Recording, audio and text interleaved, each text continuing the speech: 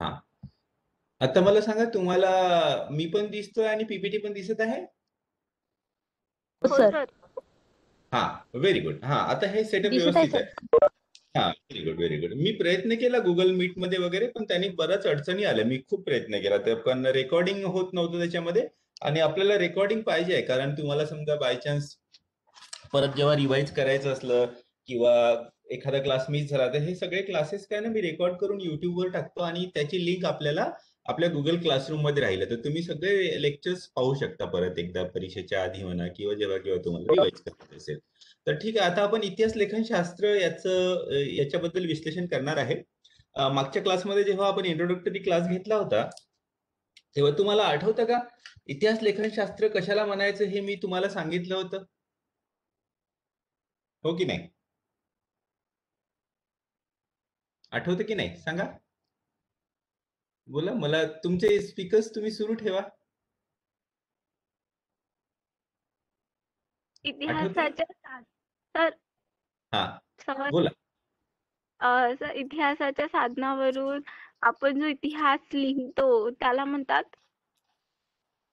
हा, त्याला म्हणतात. बरं, व्हेरी गुड. आणखी आणखी काही कोणाला सांगायचं? इतिहास लेखन शास्त्र म्हणजे काय? बरं, मी परत रिपीट करतो. हा, बोला बोला, कोणाला बोलायचंय? सर, जसं तुम्ही एक्झाम्पल दिलं होतं, एखादं आपल्याला कोणी पत्र दिलं जुनं, तर ते नक्की म्हणजे खरं आहे की खोटं आहे, त्याचं पूर्ण हा शहानिशा करणं. हा, ते पण इतिहास लेखन शास्त्रामध्ये येतं. त्याला आपण साधनांची पडताळणी करणं म्हणतो. अंतरंग बहिरंग परीक्षण म्हणतो, साधनांचं परीक्षण म्हणतो. इतिहास बघा, इतिहास लेखन शास्त्राचं खूप सोपी डेफिनेशन आहे की इतिहास लेखनाचा इतिहास. लक्षात राहील आता सगळ्यांना? परत एकदा रिपीट करतो. इतिहास लेखन शास्त्र म्हणजे इतिहास लेखनाचा इतिहास. बघा, आपण साधारणतः इतिहासामध्ये काय वाचतो की ज्या गोष्टी घडून गेल्या आहेत. छत्रपती शिवाजींनी राज्य स्थापन केलं, आदिलशहा विरुद्ध संघर्ष केला, मुघलांविरुद्ध संघर्ष केला, ह्या गोष्टी भूतकाळात होऊन गेल्या आहे आणि त्याचं आपण अध्ययन इतिहासामध्ये साधारणतः करतो. पण इतिहास लेखन हे कशा पद्धतीने केलं आहे, छत्रपती शिवाजी बद्दल काय मराठ्यांचे इतिहासकार काय म्हणतात आणि मुघलांचे इतिहासकार काय म्हणतात आणि आदिलशाहीतले इतिहासकार काय म्हणतात, याचं जेव्हा आपण अध्ययन करतो त्या अध्ययनाला म्हणतात इतिहास लेखनशास्त्र. म्हणजे काय? इतिहास लेखनाचा इतिहास. इतिहास लेखन कशा पद्धतीने होत गेलं, कोणकोणत्या इतिहासकारांनी कोणकोणती साधनं वापरली, त्यांचं काय मत होतं, हे जेव्हा आपण अध्ययन करतो त्याला इतिहास लेखन शास्त्र म्हणतं. म्हणजे थोडक्यात सांगायचं म्हणजे काय, इतिहास लेखन. हे बघा, हे पुस्तक म्हणजे काय, इतिहास लेखन झालं आहे की नाही. जे इतिहासाची पुस्तकं असतात त्याला जसं इतिहासाचं पुस्तक आहे की नाही, तर या इतिहासाच्या पुस्तकाचं जेव्हा आपण विश्लेषण करू की या इतिहासाच्या इतिहासकारांनी हे पुस्तक लिहिणाऱ्यांनी कोणत्या दृष्टिकोनातून इतिहास लिहिला, त्यांनी कोणकोणती साधनं वापरली, त्यांनी कोणकोणत्या पद्धतीने अध्ययन केलं, तो निष्पक्ष होता का, की एखाद्या कोणत्या राजाचा त्यांनी पक्ष घेऊन इतिहास लेखन केलं, याचं जेव्हा आपण अध्ययन करू त्याला म्हणतात इतिहास लेखन शास्त्र. तर थोडक्यात सांगायचं म्हणजे इतिहास लेखन शास्त्र म्हणजे इतिहास लेखनाचा इतिहास. आता हे लक्षात राहील तुम्हाला, हो की नाही? हो सर. हा, सोपं आहे ना आता. Now it is very easy. इतिहास लेखनशास्त्र म्हणजे इतिहास लेखनाचा इतिहास. बरं, मला एक सांगा, या इतिहास लेखनाच्या इतिहासाचं अध्ययन करण्याची काही आवश्यकता आहे का? इतिहास म्हणजे इतिहास. छत्रपती शिवाजींनी राज्य स्थापन केलं, आदिलशहा विरुद्ध लढाई केली, मुघलांविरुद्ध लढाई केली, वगैरे वगैरे, हा सगळा इतिहास झाला. तर हा सगळा इतिहास आपण वाचतो, आपण भूतकाळ समजून घेण्याचा प्रयत्न करतो. तर मग ज्या पद्धतीने इतिहासकारांनी इतिहास लिहिला त्याचं परत अध्ययन करणं किंवा त्याचं विश्लेषण करणं हे आवश्यक आहे का? सांगा बरं. मराठ्यांचा इतिहासाचा आता आपण पुढच्या वर्षी तुम्ही अध्ययन कराल. मराठ्यांच्या इतिहासाबद्दल आपण वाचायचं, शिवाजीचा जन्म कधी झाला होता, त्याचे वडील कोण होते, त्यांची कोणकोणत्या, ते आग्र्याला केव्हा गेले, अफजल खाना विरुद्ध त्यांचा संघर्ष केव्हा झाला, हे जेव्हा आपण अध्ययन करू तेवढं पुरे आहे. मग ह्या सगळ्या इतिहासावर वेगवेगळ्या इतिहासकारांनी कशा पद्धतीने केलं, तिने केलं, याचं जेव्हा आपण अध्ययन करू त्याला म्हणतात इतिहास लेखनशास्त्र. तर या इतिहास लेखनशास्त्राची काही आवश्यकता आहे का? इतिहास लेखनाच्या इतिहासाचं काही आवश्यकता आहे का? इतिहास लेखन ज्या पद्धतीने झालं त्याचं विश्लेषण, त्याचं अध्ययन करण्याची काही आवश्यकता आहे का? काय आवश्यकता वाटते तुम्हाला, सांगा बरं. येस, काही पण बोला. तुम्ही आता इतिहासाचं अध्ययन करत आले अगदी शाळेपासनं, आणि तुमचं काही चुकलं तरी मी काही तुम्हाला रागवणार नाही. तसे तुम्ही खूप दूर आहात, म्हणजे सर हा बोला. म्हणजे कसं प्रत्येकाचं मत वेगळं असतं ना. हा, व्हेरी राईट, व्हेरी जसं राईट. काही इतिहासकारांचं काही काही गोष्टीवर त्यांचं मत, दृष्टिकोन, मत सगळं वेगवेगळं असतं. त्याच्यासाठी आपल्याला बहुतेक याचा अभ्यास करायचा असतो. हा, very good, very good. Pranjali, you are right. पण मला एक सांगा, हे वेगवेगळे दृष्टिकोन जाणून घेणं आवश्यक असतं का खरंच? एकच दृष्टिकोन जाणला तर आपलं होणार नाही का? नाही सर, तोच दृष्टिकोन कशा हिशोबाने करेक्ट असू शकतो ना सर. दुसऱ्यांचे कधी बरोबर असतं ना. Very right, very right. बघा, या प्रांजलीने अगदी बरोबर सांगितलं. बरं, मला एक सांगा, बघा, एक सिंपल उदाहरण देतो. तुम्ही आता ऍडमिशन घेतली एम ए हिस्ट्री डिपार्टमेंटमध्ये. तुम्ही जवळजवळ 2 वर्ष आमच्यासोबत राहाल. कधी ऑनलाईनच क्लासेस सुरू झाले, समजा कोरोनात ऑनलाईनच राहतील. हा कोरोना संपल्यावर मग तुम्ही डिपार्टमेंटला यायला लागाल, आहे की नाही? तर म्हणजे कसं, तुम्ही 2 वर्ष आमच्यासोबत राहाल, क्लासेस कराल इथे.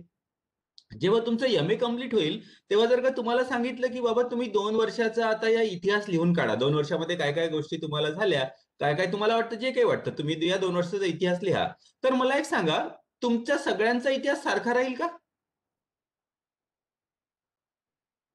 येस, नाही नाही सर. नाही राहणार. का बरं? क्लासरूम तर तेच आहे. मी तर तुम्हाला सारखंच शिकवतो, आहे की नाही? प्रांजलीला सारखं शिकवतो, दुसऱ्या कोणते विद्यार्थी असेल त्यांना, महिमाला सारखं शिकवतो, सगळ्यांना सारखं शिकवतो. तर क्लासरूम पण तेच आहे, इंटरनेटवरून आता आपण शिकतोय, सगळ्या गोष्टी तेच आहे, पुस्तकं पण तुम्ही तेच वाचाल. मग तुमच्या दोघांचा किंवा तुमच्या सगळ्यांचा इतिहास हा वेगवेगळा का बरं राहील? सर एक्सपिरियन्स सगळ्यांना वेगवेगळे येतात ना. अनुभव वेगवेगळा असेल. अनुभव वेगवेगळा असतो. कसं असं असा कसा अनुभव वेगळा राहील? टीचर तर तेच शिकवतात ना, मी काही वेगळं शिकवत नाही कोणाला. मग अनुभव कसा वेगळा राहील? सांगा बरं.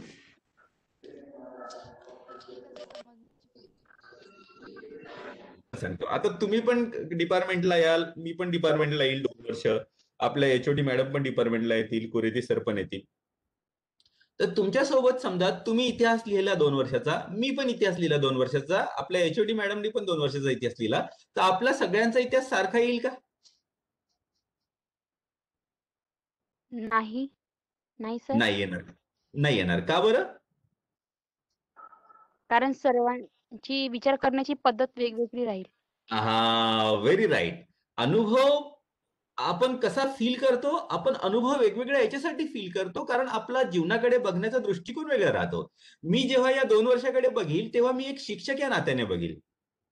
तुम्ही जेव्हा या 2 वर्षाकडे बघाल तर तुम्ही एक विद्यार्थी या नात्याने बघाल, आणि विद्यार्थी सुद्धा सारखे नाही राहत. तुम्ही वेगवेगळ्या अनुभवातून पुढे आलेले आहात. तुमच्या सगळ्यांचं व्यक्तिमत्व हे वेगवेगळं आहे. त्या व्यक्तिमत्वामुळे, त्या अनुभवामुळे तुमची सगळ्यांचा दृष्टिकोन, विचार करण्याची पद्धत वेगळी आहे. एक गोष्ट एखाद्या विद्यार्थ्याला जास्त महत्वाची वाटेल, तर एक गोष्ट एखाद्या विद्यार्थ्याला ती कमी महत्वाची वाटेल. तुम्ही जर का मुलगा असाल तर कदाचित तुमच्या जीवनाकडे बघण्याचा दृष्टिकोन वेगळा असू शकतो. मुलगी असाल तर तुमचा दृष्टिकोन वेगळा राहू शकतो की नाही? येस. Yes, हो sir. सर. तर त्याच्यामुळेच काय होतं ना, की इतिहासाच्या घटना घडून जरी जातात, पण आपण जर का एकाच व्यक्तीचं इतिहास लेखन वाचलं तर आपला दृष्टिकोन हा कधीही प्रगल्भ होऊ शकणार नाही. उदाहरणार्थ, हा 2 वर्षाचंच उदाहरण घ्या.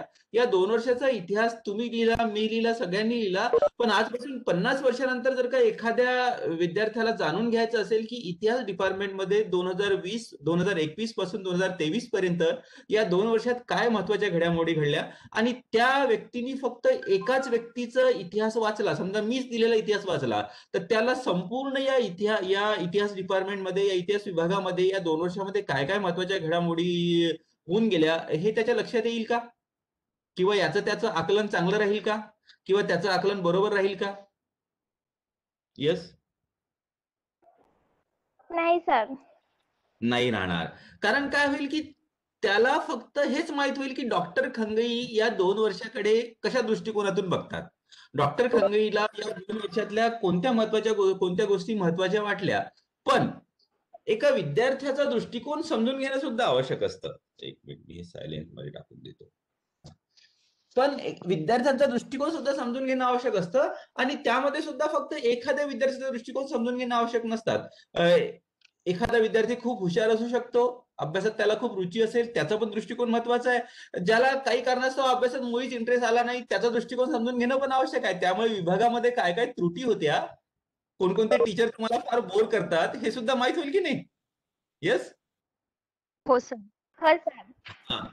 तर म्हणूनच इतिहास लेखनशास्त्राचं अध्ययन करणं हे याच्यासाठी आवश्यक असतं की वेगवेगळ्या लोकांनी कशा पद्धतीने इतिहास लेखन केलं, त्यांचा दृष्टिकोन काय होता, त्यांनी कोणकोणती साधने वापरली, त्यांचा काही एक बायास दृष्टिकोन होता का?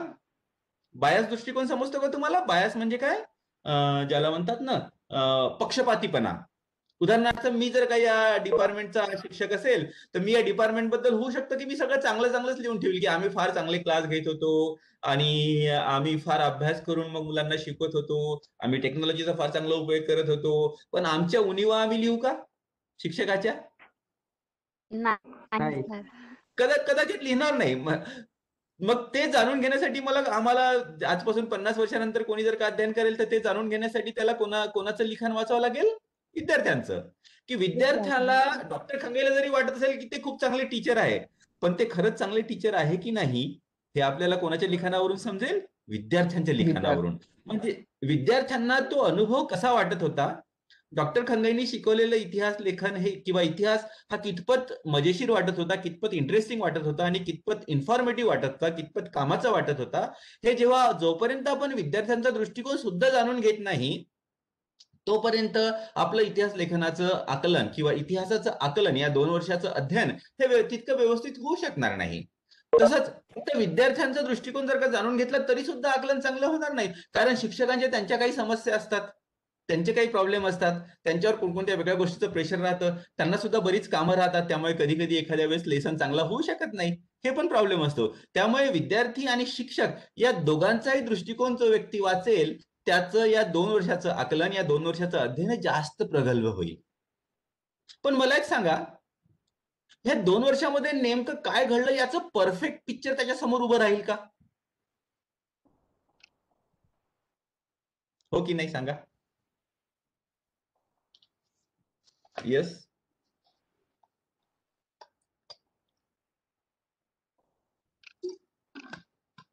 एकदम पूर्णपणे बहुतेक नाही राहणार सर, असं वाटतं. परत बोला, ऐकायला नाही आलं. पूर्णपणे परफेक्ट पिक्चर असं नाही राहू शकत असं. Very good, very good. बरं, आणखी एक उदाहरण सांगतो. मराठी जे इतिहासकार असतात महाराष्ट्रातले, त्यांच्या दृष्टिकोनातून छत्रपती शिवाजी हे हिरो होते. त्यांनी मुघलांविरुद्ध संघर्ष केला, आदिलशाहीविरुद्ध संघर्ष केला. पण आपण जर का मुघल इतिहासकारांचं लिखाण वाचले शिवाजीबद्दल तर त्यांना तो बंडखोर वाटतो. मग आता मला सांगा बरं, शिवाजीला आपण बंडखोर म्हणायचं की हिरो म्हणायचं? हिरो. कारण पण ते हिरोच म्हणतात. Very good, very good, very good. कारण मला काय म्हणायचं आहे, हे दोन्ही विचार जेव्हा आपण वाचू तेव्हा काय होईल की आपण सत्याच्या थोडं जवळ जाऊ, पण निश्चित सत्य काय होतं हे आणखीनही आपल्याला निश्चितपणे 100% सांगता येणार नाही. शिवाजी आणि अफजल खानाची भेट तुम्ही बरेचदा वाचली असेल, इतिहासाचं अध्ययन करताना वाचली की नाही? वाचली सर. मग मला सांगा बरं, तर शिवाजी आणि अफजल खान जेव्हा भेटले तेव्हा पहिला वार कोणी केला? अफजल खानाने केला सर. अफजल खानाने. अफजल खान. पण जेव्हा त्या दोघांची भेट झाली तेव्हा तिथे तर कोणीच नव्हतं तिसरा व्यक्ती, ते फक्त दोघच होते. त्यांनी आपल्या अंगरक्षकाला सुद्धा बाहेर पाठवलं होतं. वकील होते फक्त त्या दोघांचे, फक्त 4 लोक होते की नाही? हो सर. हो. मग आता त्या 4 लोकांपैकी कोणीतरी जिवंत आहे का ज्याच्याकडे जाऊन आपण विचारू शकू, बाबा सांग बरं नक्की त्या मंडपामध्ये किंवा त्या शामियानामध्ये काय झालं होतं? आहे का कोणी? नाही सर. नाही आहे. मग निश्चित आपण कसं सांगू शकतो सांगा बरं, अफजल खानांनीच पहिला वार केला?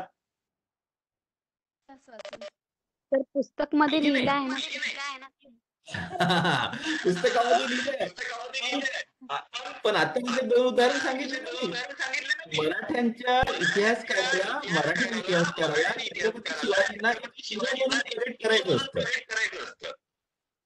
त्यांच्या दृष्टिकोनातून शिवाजी हा चूक करू शकत नाही, चूक करणारा शिवाजीचा शत्रू केली असली पाहिजे, त्यांनीच पहिला वार घातला पाहिजे आणि म्हणून शिवाजींनी स्वतःचा बचाव करण्यासाठी त्याची हत्या केली. त्याला प्रोजेक्ट करायचं राहू शकतं की नाही, सांगा बरं मला. आवाज नाही येत आहे तुमचा बरोबर. आवाज नाही येते का? बरं, तुम्ही स्वतःचे स्पीकर बंद करा बरं. फक्त एक जण सुरू ठेवा. कीर्ती सुरू ठेव. हा, बाकी सगळे बंद करा. कीर्ती, आता तू फक्त स्पीकर सुरू कर आणि मला सांग, आवाज बरोबर येत आहे का बेटा? हो सर. हा, येत आहे ना आता? हा. हा, आता तू पण बंद कर. थोडा इको येतो. हा, आता मला वाटतं क्लिअर असेल. क्लिअर जर का नसेल तर मग तुम्ही कोणी पण स्पीकर सुरू करून मला सांगू शकता आवाज क्लिअर येत नाही. बरं, ठीक आहे, आता आपण पुढे जाऊया.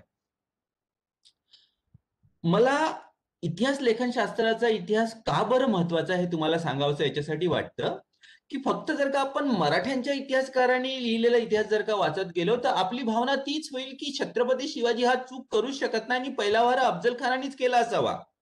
पण जेव्हा आपण मुघलांचा आणि आदिलशहाच्या इतिहासकारांनी लिहिलेला इतिहास सुद्धा वाचू तेव्हा कुठे आपल्या लक्षात येईल की अरे बाबा, काहीतरी दुसरं पण असू शकतं बरं. आपण निश्चित 100% सांगू शकत नाही, कारण सगळं प्लॅनिंगच दिसतं बाबा शिवाजीचं. शिवाजीने आपलं सैन्य तयार ठेवलं होतं.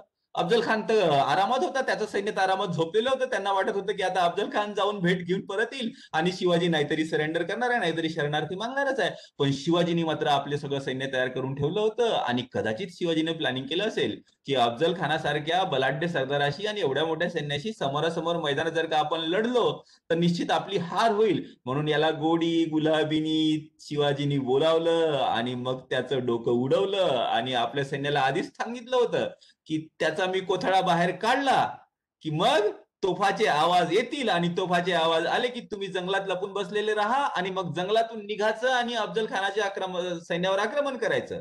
रात्रपासूनच ते सगळे सैन्य मराठ्यांचं जंगलामध्ये लपून बसलेलं होतं. आता मला सांगा बरं, कोणाचं प्लॅनिंग होतं कोणाला मारायचं? अफजल खानाचं होतं की शिवाजीचं होतं? शिवाजीच्या. हा, तर आता म्हणजे बरेचसे चान्सेस असे आहे की छत्रपती शिवाजीचं प्लॅनिंग आधीपासूनच होतं. अर्थात आताही आपण 100% परफेक्टली काहीही सांगू शकत नाही, कारण काही इतिहासकार असं म्हणतात की अफजल खान फार गुरमीत होता, त्याच्या अंगात फार ताकद होती आणि त्याला वाटत होतं की शिवाजीची मानगुट तो बगलीत दाबेल, मान कापेल आणि घेऊन येईल आणि सगळे मराठे सरेंडर करतील. एकदा शिवाजी गेला की मराठे हारले. हे पण एक ओपिनियन आहे. म्हणजे काय, 100% निष्कर्षणात्मक आपण सत्य काय आहे भूतकाळातलं हे निश्चित सांगू शकत नाही.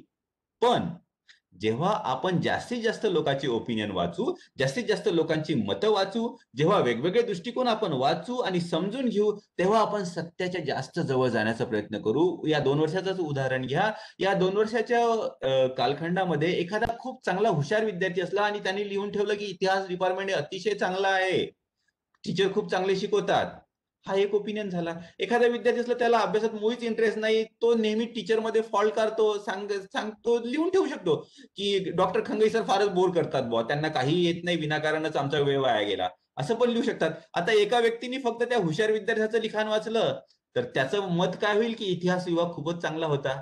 एखाद्या व्यक्तीने फक्त त्या जो विद्यार्थी थोडासा ज्याला म्हणतात ना खुरापाती असा होता त्याचं लिखाण जर का वाचलं तर त्याला वाटेल की काय बेकार हिस्ट्री डिपार्टमेंट होतं. वाटेल की नाही?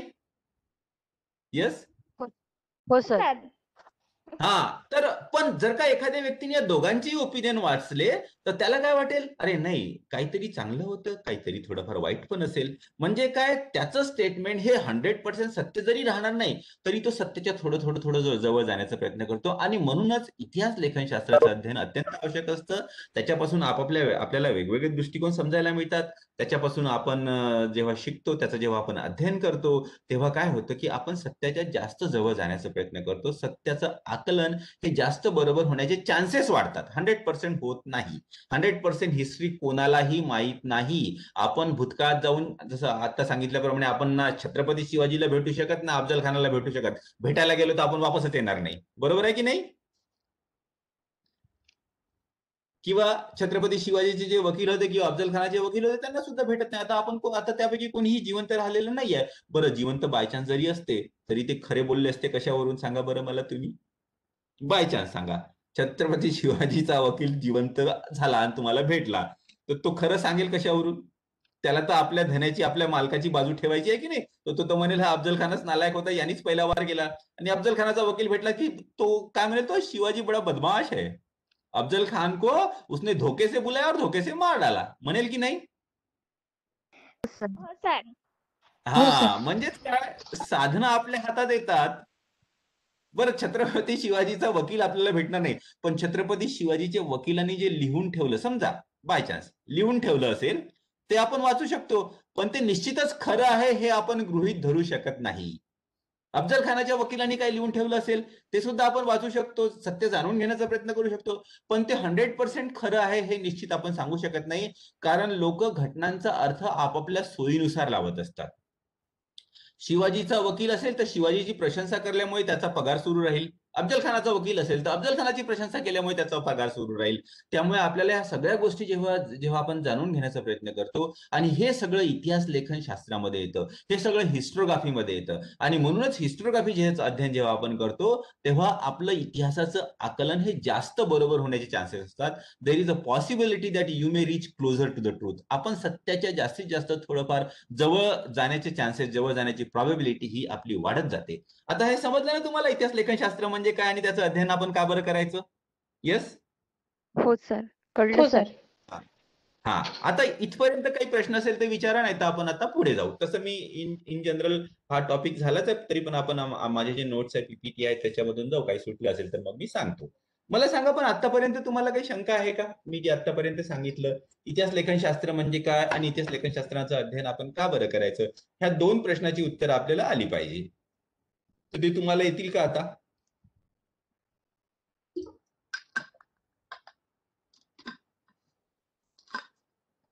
यस, सांगा. येतील हो की नाही? सर, हा, बोला.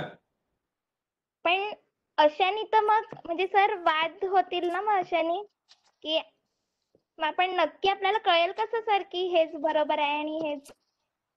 हा हा हा, very right Pranjali, very intelligent question. हा खूप इंटेलिजंट क्वेश्चन आहे. पण हे असंच असतं बेटा, इतिहासाचं 100% सत्य आपण सांगू शकत नाही, कोणीच सांगू शकत नाही. आणि म्हणूनच ऐतिहासिक घटनांना घेऊन, ऐतिहासिक पात्रांना घेऊन नेहमी वाद होत राहतात. आणि या वादामुळेच, म्हणजे कसं ना, वाद केल्यापेक्षा आपण काय करायचं, जास्तीत जास्त अध्ययन करायचा प्रयत्न करायचं.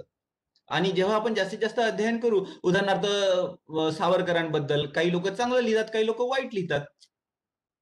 तर हे दोन्ही मत जेव्हा आपण जाणून घेऊ, दोन्ही गोष्टीचं जेव्हा आपण अध्ययन करू, तेव्हा सावरकरांचं व्यक्तिमत्व हे आपण जास्तीत जास्त समजण्याचा प्रयत्न करू. त्यांच्या व्यक्तिमत्वातली जी जटिलता होती किंवा जी क्लिष्टता होती ती आपण जास्तीत जास्त समजण्याचा प्रयत्न करू. आपण जर का एकच व्यक्तीचं वाचन केलं की जो सावरकरांचा प्रशंसक आहे, तर मग आपलं आकलन बरोबर होणार नाही. किंवा अशा व्यक्तीचंच वाचन केलं की जो सावरकरांचा द्वेष करतो काही कारणामुळे, तरी सुद्धा आपलं आकलन बरोबर होणार नाही. त्यामुळे कसं ना, 100% निश्चित सत्यापर्यंत आपण जाऊ शकत नाही, ही जाणीव जेव्हा आपल्या मनामध्ये राहते तेव्हा आपण जास्तीत जास्त सत्य जाणून घेण्याचा प्रयत्न करतो. आणि म्हणूनच मग आपलं इतिहासाचं अध्ययन किंवा तुम्ही पुढे जेव्हा रिसर्च कराल तेव्हा इतिहासाचं आकलन किंवा इतिहासाचं तुमचं लिखाण, तुमचं संशोधन हे जास्तीत जास्त सत्याच्या जवळ जाईल. पण काय होतं ना, आपण सत्य निश्चित 100% जाणून घेऊ शकत नाही, याची जाणीव जेव्हा माणसाला असते तेव्हा माणूस विनम्र होऊन जातो. आणि एका संशोधकाला, एका अभ्यासकाला ही विनम्रता असणं खूप आवश्यक असते. त्याच्याशिवाय तुम्हाला ज्ञान मिळणार नाही. तुम्ही जर का एक पुस्तक वाचलं इतिहासाचं, समजा जो छत्रपती शिवाजीचा प्रशंसक होता, आणि तुम्हाला वाटलं की आता शिवाजी मला समजलं आणि आता मला याच्या पुढे काही जाणून घ्यायची आवश्यकता नाही, आणि शिवाजीचा जे विरोध करतात ते सगळे दुष्ट आहे किंवा त्यांना काही माहित नाही, असे जर का आपण गृहीत धरलं तर काय होईल? आपलीच बौद्धिक ग्रोथ होणार नाही पुढे. आलं तुमच्या लक्षात प्रांजली? प्रांजलीने विचारला होता ना प्रश्न? हा, तर त्याच्यामुळे काय होतं ना, की आपण इतिहासाचं 100% सत्य आपण जाणून घेऊ शकतो किंवा आपल्याला माहित आहे असा विनाकारण घमंड आपल्या मनामध्ये यायला नको. आणि त्यालाच आपण ते पुढच्या वर्षी शिकू बहुतेक, त्यालाच म्हणतात पोस्ट मॉडर्निझम, उत्तर आधुनिकतावाद. उत्तर आधुनिकतावाद हे आपल्याला सांगतं की जो काही इतिहास लेखन झालेला आहे तो फक्त त्या लेखकाचा दृष्टिकोन आहे, सत्य नाही. इतिहासातलं सत्य आपण कधीही कधीही कधीही जाणून घेऊ शकत नाही. उदाहरण सांगितल्याप्रमाणे छत्रपती शिवाजीला आपण कधीही भेटू शकत नाही, त्याच्या वकिलाला भेटू शकत नाही. त्याच्या वकिलाचं लिखाण जरी आपल्याला मिळालं तरी ते 100% सत्य होतं अशी गॅरंटी आपण घेऊ शकत नाही. फक्त आपण जाणून घेण्याचा प्रयत्न मात्र करू शकतो. इतिहास लिखाणातलं हे फार मोठं चॅलेंज आहे आणि याची जाणीव आपल्याला असायला पाहिजे की आपण 100% इतिहास, खरा इतिहास ज्याला म्हणतो. काही काही लोक म्हणतात ना, फार घमंड करतात. बाकीचे तर काय असंच लिहितात, मी फार साधनांचा अभ्यास केला आहे, मी 100 साधने वापरली आहे आणि मी जे इतिहास लिहितो तो खरा इतिहास आहे. काहीही खरा इतिहास नसतो. खरा इतिहास आपण जाणून घेऊ शकत नाही. मला तुम्ही सांगा बरं, तुम्हाला आजपासून 10, 15, 20 वर्षापूर्वीच्या सगळ्या गोष्टी आठवतात का? काही गोष्टी आठवतात, काही आपण विसरून जातो. बरोबर आहे की नाही? त्यामुळे मला माझंच लहानपण पूर्णपणे जाणून मी घेऊ शकत नाही, कारण माझ्या मेमरीतल्या बऱ्याचशा गोष्टी जाणून गेल्या. आणि दुसरं काय होतं ना, की माझ्या मेमरीमध्ये अशा गोष्टी राहतात जे मी माझ्या सोयीप्रमाणे त्याचं प्रोसेसिंग करतो, माझ्या सोयीप्रमाणे गोष्टी आठवतो. तुम्ही सांगा बरं, घरात समजा तुमचे बहीण भावांशी भांडणं झाले, आई वडिलांकडे आपण जातो, तर प्रत्येकाला आपलंच खरं आहे असं वाटतं की नाही? हो सर. वाटतं की नाही?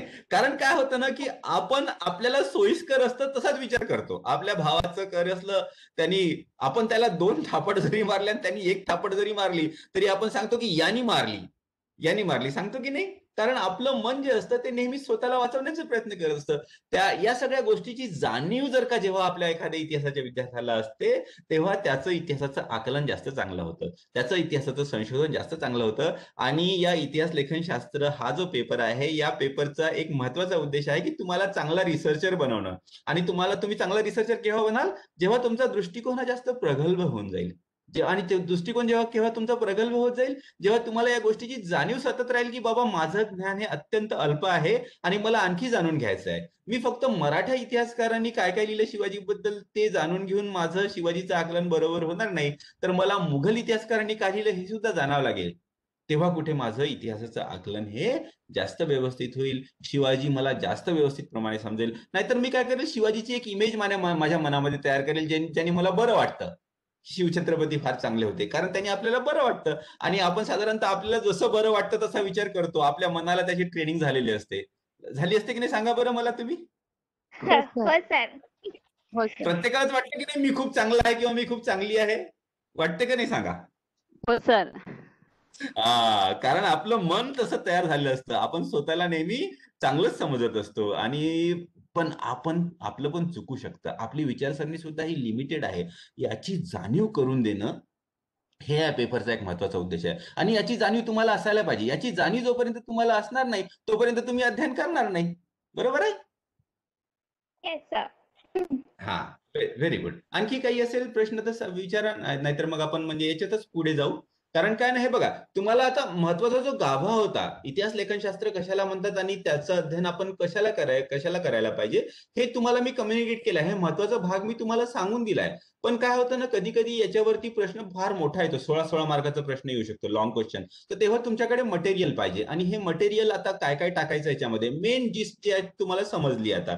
म्हणजे मी माझ्याकडनं सांगण्याचा प्रयत्न केला. हे लेक्चर आणखी थोडंसं कठीण आहे बरं, कारण तुमचे बघा नवीन आयडिया डेव्हलप होईल आणि तुम्हाला स्वतःलाच जाणीव होईल की इतिहास लेखनशास्त्र जेव्हा तुम्ही अध्ययन कराल आणि जेव्हा मन देऊन जेव्हा तुम्ही अध्ययन कराल, तेव्हा इतिहासाकडे बघण्याचा तुमचा दृष्टिकोनच हळूहळू बदलत जाईल. आता जसं प्रांजलीच्या मनामध्ये प्रश्न आला ना, की सर असं जर का राहिलं तर वाद होतच राहील आणि मग सत्यापर्यंत आपण कधी पोहोचू नये. दृष्टिकोनात बदल झाला, याची जाणीव तुम्हाला झाली की इतिहासाच्या घटनांबद्दल आणि इतिहासाच्या व्यक्तिमत्वाबद्दल नेहमी हे वाद होत राहतो. कारण वाद करणारे लोक एका विशेष दृष्टिकोनातूनच इतिहासाकडे बघतात आणि म्हणून मग ते वाद करतात. पण वाद करणं हे आपलं काम नाही आहे. आपलं काम आहे की जे वाद करतात त्यांचं ऐकायचं, त्यांचं वाचायचं आणि मग आपले निष्कर्ष काढायचे का निष्पक्षपणे, शक्य तितक्या निष्पक्षपणे. पूर्णपणे निष्पक्ष राहणं हे सुद्धा कठीण आहे बरं. सांगा बरं, तुम्ही पूर्णपणे निष्पक्ष आहे का? तुमचे आणि भावाचे किंवा तुमच्या आणि बहिणीचे भांडणं झाले तर त्या भांडणामध्ये तुम्ही पूर्णपणे निष्पक्ष राहू शकता का? आईवडिलांकडे तक्रार घेऊन जाताना तुम्ही स्पष्टपणे सांगू शकता का, हो बाबा याचं तर चुकलं पण माझं पण चुकलं, असं म्हणतो का आपण? कधीच नाही सर. कधीच नाही म्हणतो ना, यांनी असं केलं बाबा आधी, मग मला राग आला, यांनी मला आधी माझी पेन्सिल लपवली किंवा पेन लपवली आणि मग मला फार राग आला. म्हणजे काय, चुकी कोणाची आहे? त्याची आहे. मी तर कधी चुकूच शकत नाही, आहे की नाही?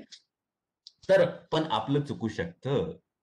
आपण वादात पडतो याची जाणीव करून घेणं, याची जाणीव होणं अत्यंत महत्वाचं असतं. आणि ती जाणीव तुम्हाला झाली पाहिजे एक संशोधक म्हणून, एक इतिहासाचा अभ्यासक म्हणून. हा या पेपरचा एक महत्वाचा उद्देश आहे. तर हळूहळू तुम्हाला जाणीवच होईल, जसं जसं आपण इतिहास लेखन शास्त्राचं अध्ययन करत जाऊ ना, तुम्हाला जाणीव होईल की अरे बापरे, या इतिहासाकडे बघण्याचा माझा दृष्टिकोन बदलला. तुमची व्होकॅब्युलरी, ज्या पद्धतीचे शब्द तुम्ही वापरता ते सुद्धा बदलायला लागतील. ठीक आहे. ठीक आहे. तर आता इथे पुढे जाऊ आता आपण.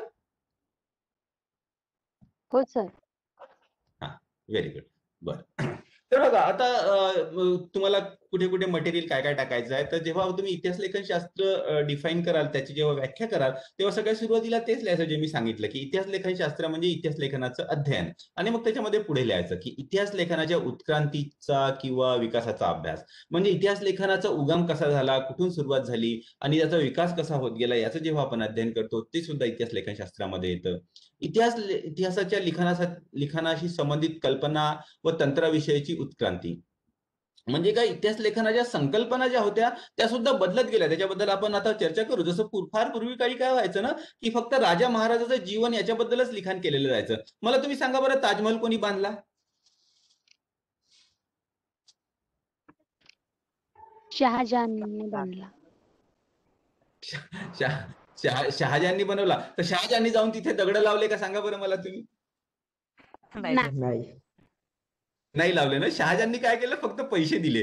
दगड कोणी लावले? कारिगिर. कामगारांनी. कारिगिरांनी. कामगारांनी. तर ज्या कारिगरांनी ते दगड लावले त्यांचे नाव आपल्याला माहित आहे का? नाही. नाही सर. नाही. नाही सर. कारण ज्या लोक हा बोला. कोणत्याच याचा उल्लेख नाही केलाय, म्हणजे जितके सगळे बांधले आहे. हा, कोणत्याच याचा उल्लेख केला नाही. Very right Pranjali. तर म्हणजे मला तुम्हाला हे कम्युनिकेट करायचं होतं की इतिहास लेखन जे होत आलं आहे, त्या इतिहास लेखनामध्ये जो राजे, महाराजे, उच्चंभू समाज, जे श्रीमंत आहे त्या लोकांचाच फक्त उल्लेख मिळतो. सर्वसाधारणतः गोरगरिबाचा उल्लेख मिळत नाही. तसंच आणखी तुमच्या बऱ्याचशा मुली क्लासमध्ये आहे. तसंच काय होतं ना, की पुरुषांच्या कर्माचा उल्लेख इतिहासामध्ये मिळतो. स्त्रियांना इतिहासामध्ये स्थान दिलं जातं का? नाही सर. फार कमी. फार स्त्रिया कमी. घरात झाशीची राणी. स्त्रिया घरात राहतात, मुलांचं संगोपन करतात, पण त्यांचं इतिहासाच्या जडणघडणीमध्ये योगदान नाही राहत का? राहते येस, सर. राहते, पण त्याचा उल्लेख आपल्याला मिळत नाही. हा, तर बघा ह्या ज्या आहे ना इतिहासाच्या कल्पना होत्या या, की राजे महाराजे काय करतात त्याचाच फक्त उल्लेख करायचा, तेच फक्त लिहून ठेवायचं. पुरुषांनी कुठे युद्ध केले, किती लोकांना मारलं, तेच लिहून ठेवायचं. गोरगरिबाचं, स्त्रियांचं उल्लेख या इतिहास लेखनामध्ये पूर्वी यायचं नाही, पण ते आता यायला लागलाय. कारण इतिहास लेखनाच्या ज्या संकल्पना असतात, इतिहास लेखनाचे जे विषय असतात, ते कधीही स्टॅटिक स्थिर राहत नाही, तर ते काळानुसार नेहमी बदलत राहतं. म्हणूनच मी इथे लिहिलंय इतिहासाचे बदलते स्वरूप. तुम्हाला पीपीटी दिसत आहे ना? हो सर. दिसत आहे. इतिहासाचं स्वरूप हे नेहमी बदलत राहतं. उदाहरणार्थ सगळ्यात सुरुवातीला ग्रीक आणि रोमन इतिहासकारांनी इतिहास लेखन सुरू केलं आणि त्यांनी सगळ्यात सुरुवातीला राजकीय इतिहास लिहिला. कारण राजा महाराजांनी ज्या मोहिमा केल्या, त्यांनी जे काम केलं त्याचे साधनं मिळून जातात, ते लिहून ठेवलेलं मिळून जातं. पण आजकाल राजा महाराजांवरच फक्त काम करणं याला इतिहास म्हटलं जात नाही. तर गोरगरिबांनी काय काम केलं, शेतकऱ्यांच्या समस्या, स्त्रियांच्या समस्या यांच्याबद्दल सुद्धा इतिहास लेखन केलं जातं. म्हणजे काय, इतिहासाचं स्वरूप हे नेहमी बदलत जातं, त्याच्या संकल्पना ह्या बदलत जातात. इतिहास लेखनामध्ये सुद्धा नेहमी उत्क्रांती होत जाते. उदाहरणार्थ सांगा बरं, आता आपण ज्या पद्धतीने शिकतोय, आजपासून 2 वर्षापूर्वी या पद्धतीने शिकत होतो का? नाही सर. नाही, आपण क्लासरूम मध्ये जात होतो. पण बदलत्या परिस्थितीनुसार ज्या पद्धतीने आपण शिक्षण घेतोय त्याच्यामध्ये सुद्धा उत्क्रांती झाली, त्याच्यामध्ये सुद्धा बदल झाले. तसंच काय होतं ना, इतिहास लेखनामध्ये सुद्धा बदल होतं. उदाहरणार्थ मी जेव्हा पीएचडी केली तेव्हा इंटरनेट नसायचं. मी माझी पीएचडी हाताने लिहिली. पण आता जे मुलं पीएचडी करतात त्यांच्याकडे सर्वसाधारणतः कॉम्प्युटर असतात. बरेचसे लोक स्वतःचं पीएचडी स्वतः टाईप करतात आणि ते करायलाच पाहिजे. इंटरनेट हे इझिली अवेलेबल असतं. बरीचशी पुस्तकं जे आहे ते पीडीएफ त्यांचे फ्रीली त्यांना मिळून जातात. पण मी जेव्हा पीएचडी केली तेव्हा मला हे सगळ्या गोष्टी उपलब्ध नव्हत्या. म्हणजे काय, ज्या पद्धतीने, ज्या तंत्राने, जे तंत्र वापरून मी माझं संशोधन केलं, जे तंत्र वापरून मी इतिहासाचं अध्ययन केलं, त्या तंत्रामध्ये आता बदल झाले की नाही? येस.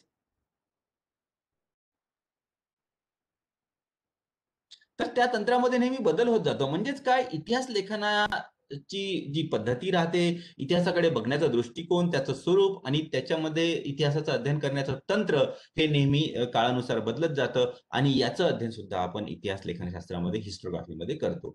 तर आपण हिस्टोग्राफीचा अभ्यास का करावा हे मी आता म्हणजे ऑलरेडी आपल्याशी चर्चा केली आहे. भिन्न धारणा असतात, भिन्न धारणा जाणून घेणं हे आवश्यक असतं, नाहीतर आपलं इतिहासाचं आकलन हे एकांगी होईल, हे व्यवस्थित होणार नाही. इतिहास लेखनामध्ये कधी कधी बरंचसं राजकारण पण असतं. उदाहरणार्थ, छत्रपती शिवाजीचा वकील जर का असला, तो छत्रपती शिवाजीचं फक्त प्रशंसात्मक लिखाण करेल, त्याच्या मागे राजकारण आहे, कारण त्याला त्याची नोकरी वाचवायची आहे. आलं की नाही लक्षात? तर हे वेगवेगळे राजकारण असतं. मुघलाचा इतिहासकार असला तर औरंगजेबाला सोयीस्कर पडेल असंच तो शिवाजीचं चित्रण करेल. जसं मुघल इतिहासकार हा शिवाजीला पहाडी चुहा म्हणतो. आता पहाडी चुहा हे खरं तर पाहतो म्हटलं तर हे खूप डिसरिस्पेक्टफुल, ज्याला म्हणतात ना, ज्याच्यामध्ये काही सन्मान नाही, अशा पद्धतीचं संबोधन झालं. पण मराठी इतिहासकार तशा पद्धतीचं संबोधन छत्रपती शिवाजीला कधी करणार नाही, पण मुघल इतिहासकार मात्र करतात. कारण त्यांचं लिखाण या दृष्टिकोनातून, या राजकारणातून प्रेरित झालेलं होतं की त्यांना औरंगजेबाला खुश ठेवायचं होतं. तर इतिहास लेखनामध्ये हे तर खूप सिंपल उदाहरण दिलं मी. इतिहास लेखनामध्ये अशा बऱ्याच प्रकारचे राजकारण असतात, जे सुद्धा आपण जर का जोपर्यंत आपण वेगवेगळे दृष्टिकोन समजणार नाही, वाचणार नाही, तोपर्यंत ते राजकारण आपल्याला समजणार नाही. आपण जर का फक्त एकच वाचलं तर कदाचित आपला जो इतिहासाचं अध्ययन राहील ते बरोबर राहणार नाही. उदाहरणार्थ, मुघल इतिहासकारांचीच पुस्तकं जर का आपण वाचली तर शिवाजी हा बंडखोर होता, शिवाजीला पहाडी चुहा वगैरे म्हणणं बरोबर आहे, अशीच आपली धारणा होईल. आणि तेच जर का फक्त आपण मराठ्यांचा इतिहास वाचला तर मात्र शिवाजी हे खूप चांगले होते असा आपला दृष्टिकोन होईल. तर जेव्हा आपण वेगवेगळे ओपिनियन वाचतो, वेगवेगळे विचार वाचतो, तेव्हा आपला दृष्टिकोन हा जास्त तीव्र होतो, जास्त शार्प होतो, जास्त आपण सत्याच्या जवळ जाऊ शकतो. इतिहासाचे स्वरूप हे नेहमी बदलत राहतं. ग्रीक आणि रोमन इतिहासकारांनी फक्त राजकारणाला जास्त महत्व दिलं. मग नंतर मध्ययुगीन युरोपामध्ये काय झालं नाही, मध्ययुगीन युरोपामध्ये लोकांच्या मनावर चर्चचा फार मोठा प्रभाव होता.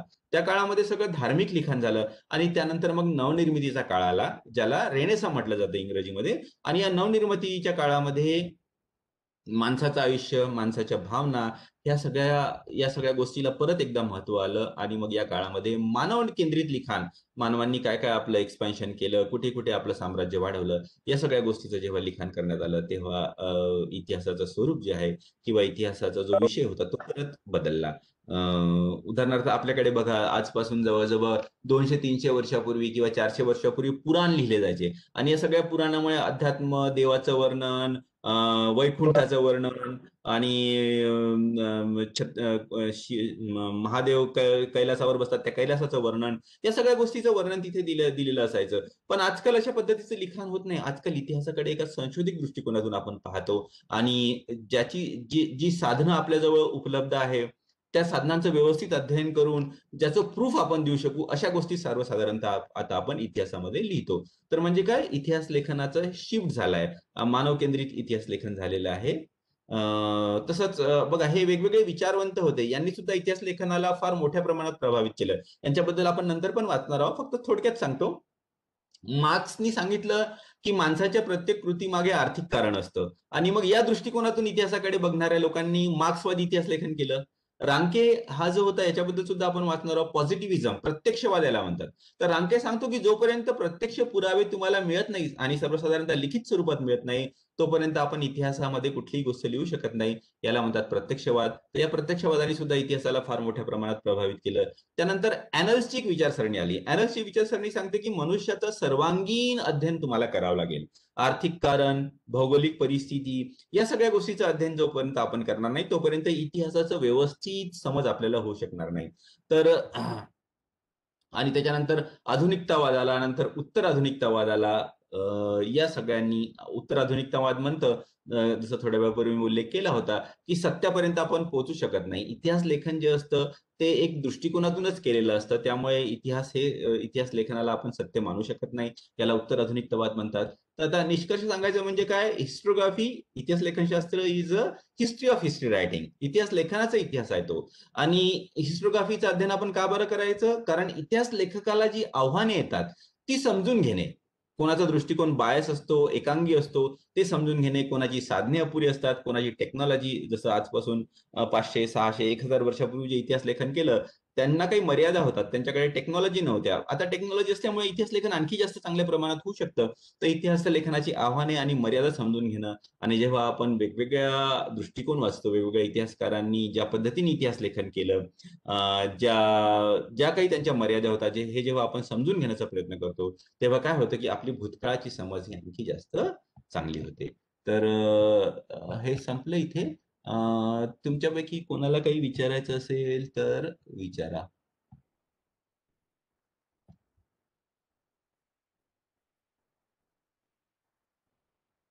हा, आता मी पीपीटी बंद केली आहे. काही डाऊट असेल आतापर्यंत? बघा, तुम्हाला इतिहास लेखन शास्त्र म्हणजे काय, त्याचं अध्ययन का बरं करायचं हे मी सांगितलं, आणि ते मटेरियल पूर्ण कसं एक्सपांड करायचं, त्याच्यामध्ये जसं वेगवेगळ्या ग्रीकांचं तुम्ही थोडं उदाहरण द्या, मग नंतर चर्चचं उदाहरण द्या, आणि मग नंतर पुनर्जागरणाचा उल्लेख करा, त्यानंतर मग मार्क्सचा थोडा उल्लेख करा, मग पॉझिटिव्हिजमचा उल्लेख करा. तर हे थोडं अगदीच खूप जास्त तुम्ही कन्फ्यूज किंवा खूप जास्त ओव्हरबर्डन नका होऊ. फक्त एवढी नावं थोडी थोडी लक्षात जरी ठेवली, आणि जसं जसं हा पेपर आपण पूर्ण वाचू, तेव्हा तुम्हाला परत जेव्हा तुम्ही या क्वेश्चनकडे याल, सगळ्यात शेवटी जेव्हा रिव्हिजन कराल, तेव्हा तुम्हाला हे आणखी जास्त व्यवस्थितप्रमाणे समजेल की मार्क्स काय म्हणत होता. आता कदाचित लक्षात नाही राहणार, फक्त एवढं थोडं थोडं तुम्हाला लक्षात ठेवावं लागेल की मार्क्स, रांके हे वेगवेगळे जे विचारवंत होते, त्यांनी वेगवेगळ्या प्रकारे इतिहास लेखनाला दिशा देण्याचा प्रयत्न केला आहे, वेगवेगळ्या प्रकारे इतिहास लेखन केलेलं आहे. हा, काही डाऊट असेल ते विचारा. आहे मी आणखी? येस, नाहीतर मग आता अटेंडन्स. विनय, अच्छा, मी इथे लिस्ट पाहतो, पार्टिसिपेंटची लिस्ट घेऊन जाते ना, किंवा तुम्ही चॅटमध्ये पण टाकू शकता खाली. जर का तुम्हाला काही लिहायचं असेल तर खाली पण लिहू शकता. जगदीश जनबंध, त्याच्यानंतर कीर्ती.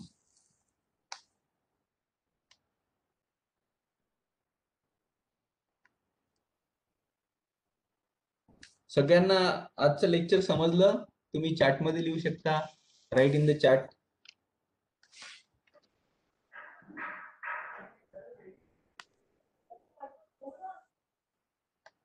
लावण्य, महिमा.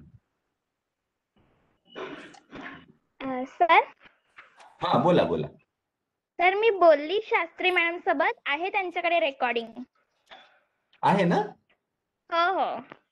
हा, व्हेरी गुड व्हेरी गुड. ते घेऊन घ्या तुम्हाला, म्हणजे मग आणखी प्रोसेस समजेल. हा, आणि तसंच मी मेसेज टाकला होता की, एक मिनिट, मी रेकॉर्डिंग बंद करतो याचं, जस्ट होल्ड. हा, आणि